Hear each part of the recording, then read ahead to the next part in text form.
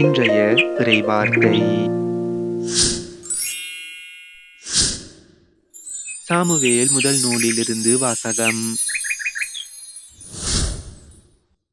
அந்நாள்களில் Samuel பால் குடி மறந்ததும் அண்ணா அவனை தூக்கிக் கொண்டு 3 காளை 20 படி அளவுள்ள ஒரு மரக்கால் மாவு ஒரு தோல் பை திராட்சைரசம் ஆகியவற்றுடன் சீலோவிலிருந்து ஆண்டவரின் இல்லத்திற்கு வந்தார்.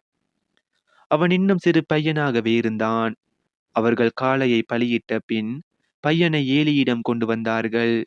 பின்பு அவர் கூறியது: என் தலைவரே, உம்மீது ஆணை. என் தலைவரே, முன் நின்று ஆண்டவரிடம் வேண்டிக் கொண்டிருந்த பெண் நானே. இப்பையனுக்காகவே நான் வேண்டிக் கொண்டேன். நான் ஆண்டவரிடம் விண்ணப்பித்த என் வேண்டுகோளை அவர் கேட்டருளினார். ஆகவே நான் அவனை ஆண்டவருக்கு அர்ப்பணிக்கிறேன். அவன் தன் வாழ்நாள் அனைத்தும் ஆண்டவருக்கே அர்ப்பணிக்கப்பட்டவன். அங்கே அவர்கள் ஆண்டவரை தொழுதார்கள்.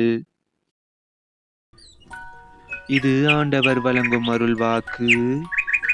இறைவா, உமக்கு நன்றி. இன்றைய தினத்துக்கு உரிய நற்செய்தி வாசகம். லூக்கா எழுதிய தூய நற்செய்தியில் இருந்து. மரியா கூறியது: ஆண்டவரை எனது உள்ளம் போற்றி பெருமைப்படுத்துகின்றது. என் மீட்பராம் கடவுளை நினைத்து எனது மனம் பேருவகை கொள்கின்றது. ஏனெனில் அவர் தம் அடிமையின் தாழ்நிலையை கண்ணோக்கினார். இது முதல் எல்லா தலைமுறையினரும் என்னை பேறு பெற்றவர் என்பர். ஏனெனில் வல்லவராம் கடவுள் எனக்கு அரும்பெரும் செயல்கள் செய்துள்ளார். தூயவர் என்பதே அவரது பெயர். அவருக்கு அஞ்சி நடப்போருக்கு தலைமுறை தலைமுறையாய் அவர் இரக்கம் காட்டி வருகிறார். அவர் தம் தோல் வலிமையை காட்டியுள்ளார். உள்ளத்தில் செருக்குடன் சிந்திப்போரை சிதறடித்து வருகிறார். வலியோரை அரியணையின் என்று தூக்கி எறிந்துள்ளார்.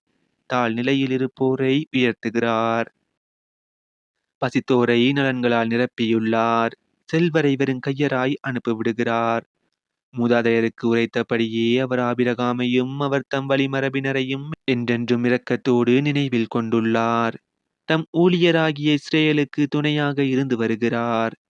மரியா ஏறக்குறைய 3 மாதம் எலிசபெத்தோடு தங்கியிருந்த பின்பு தம் வீடு திரும்பினார். இது நம் கிறிஸ்து இயேசு வழங்கும் வாழ்வு தரும் நற்செய்தி. கிறிஸ்துவே, உமக்கு புகழ். இன்றைய தினத்துக்கு உரிய சிந்தனை துளிகள்.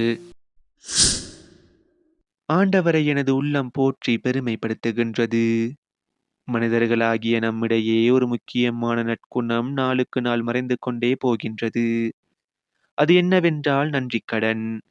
கடவுள் நமக்கு செய்கின்ற அனைத்து நல்ல செயல்களுக்கும் நாம் என்ன கைமாறு செய்ய போகிறோம்?